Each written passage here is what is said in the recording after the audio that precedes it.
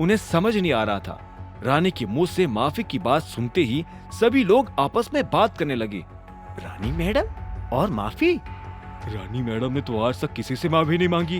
वो छोड़ो, बड़ी बात तो ये है कि वो अभिनव से ये सब क्यों कह रही है। कहीं रानी मैडम? खुद मायरा भी रानी की मुंह से ये सब सुनकर हैरान हो गई थी। रानी अभिनव से माफी मांगने वाली थी, पर अब तक देवेन भी अभिनव की कंपनी से निकल चुका था। देवेन को उसके सेक्रेटरी का फोन आया था। उसने बताया कि मोंटी देवेन से मिलने आया था। असल में टाइगर मोंटी के जरिए देवेन से कुछ बात करना चाहता था। ये सुनते ही देवेन का दिल खिल उठा। टाइगर खुद उससे बात करने वाला था, यह उसके लिए सबसे बड़ी बात थी।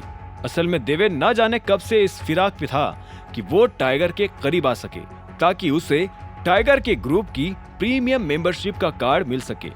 उस कार्ड की वजह से न सिर्फ देवेन को इज्जत मिलने वाली थी, बल्कि साथ ही उससे हर जगह हेवी डिस्काउंट्स भी मिलने वाले थे। उस कार्ड के बाद देवेन के लिए लाख की चीज राख की रह जाती। ऐसे में देवेन इतना एक्साइटेड हो गया था कि रानी को बाय बोले बिना ही वो वहां से निकल गया।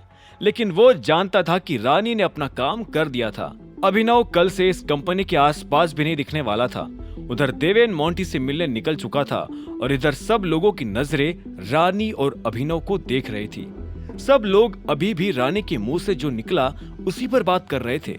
अभिनव ने रानी की बात तो सुन ली थी, लेकिन वो पलटा नहीं था। रानी का दिल धड़कते हुए उसके मुंह में आ गया था। वो खुद अभिनव के पास गई और अभिनव के सामने जाकर खड़ी हो गई। उसने अभिनव से कहा, मुझे अपने बॉस से ये ऑर्डर मिला है कि मैं तुम्हें यही रोक कर रखूं, तुम्हें जाने ना दूं। उन्होंने खुद कहा है कि तुम्हें यही रुकना है, और मैंने अभी तुम्हारे साथ जो भी किया, इन लोगों के सामने जो भी कहा, उसके लिए मैं तुमसे माफी मांगती हूँ। I am sorry. ये शब्द रानी की मुंह से निकलने को तैयार ही नहीं थे। उसने जबरदस्ती एक एक शब्द को धक्का देकर बाहर निकाला था। अभिनव ने उसकी बात सुनकर एक गहरी सांस ली और बोला, किसी के ऊपर फिजूल इल्जाम लगाने से पहले तुम्हें अच्छे से जांच पड़ताल कर लेनी चाहिए। तुम्हें कैसे लगा कि देवेन मेरे बारे में जो कुछ कह रहा था वो सच था? क्रॉस चेक किया था तुमने? ये सुनते ही रानी की आंखें दुगनी हो गई और वो बोली, मुझे नहीं पता था कि टाइगर ने तुम्हें यहाँ किस लिए भेजा है। रानी ने ये इतना धीरे से कहा कि अभिनव के अलावा कोई और इस बात को सुन ही नहीं पाया। आसपास खड़े लोग भी यही नाटक कर रहे थे कि वो कुछ सुन नहीं रहे हैं। रानी ने अपना गला साफ किया और बोली, मैं फिर से तुमसे माफी मांगती हूँ। आगे से हम कभी एक दूसरे से कोई बहस नहीं करेंगे, और अगर तुम्हें इन फ्यूचर मेरे किसी भी तरह की हेल्प की जरूरत पड़े तो तुम खुलकर बोल सकते हो। मैं हमेशा तुम्हारे साथ खड़ी रहूंगी। रानी को अपने ऊपर गुस्सा तो आ रहा था, लेकिन वो कुछ कर नहीं सकती थी। अभिनव अभी भी उसे सिर्फ देख रहा था, कह कुछ नहीं रहा था। अभिनव की आंखों ने रानी को बेचैन कर दिया। उसने कहा, अब तुम प्लीज अपने कैबिन में वापस जा सकते हो।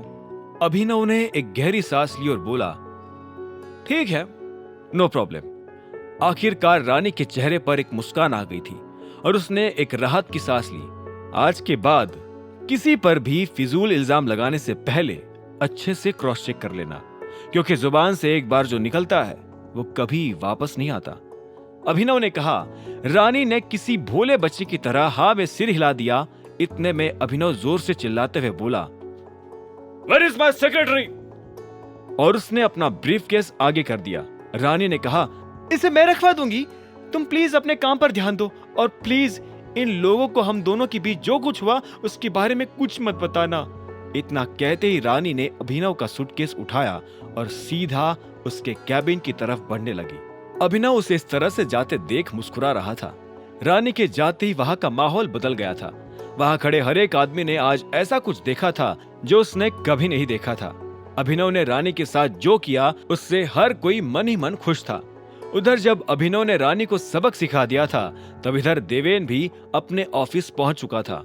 वो तेजी से अपने कैबिन की तरफ बढ़ता जा रहा था। उसने मोंटी को जरूरत से ज्यादा ही इंतजार करवा दिया था।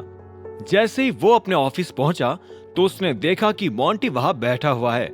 मोंटी को देखकर देवेन तो खुश हो गया, लेकिन देवेन को देखकर मोंटी को खासी खुशी नहीं हुई। अब आगे क्या होने वाला था? क्या बम फोड़ने वाला था मोंटी देवेन के सिर पर? और क्या करेगा देवेन अभिनव की इस चाल के आगे? ये सब करके कहीं अभिनव देवेन की नजरों में अपने लिए शक तो नहीं पैदा करवा रहा था? आगे की कहानी जानने के लिए देखें अगला एपिसोड सिर्फ पॉकेट एफएम के यूट्यूब चैनल पर और द रिटर्न ऑफ टाइगर के सारे एपिसोड्स को सुनने के लिए डिस्क्रिप्शन में दी लिंक से डाउनलोड करें पॉकेट एफएम ऐप।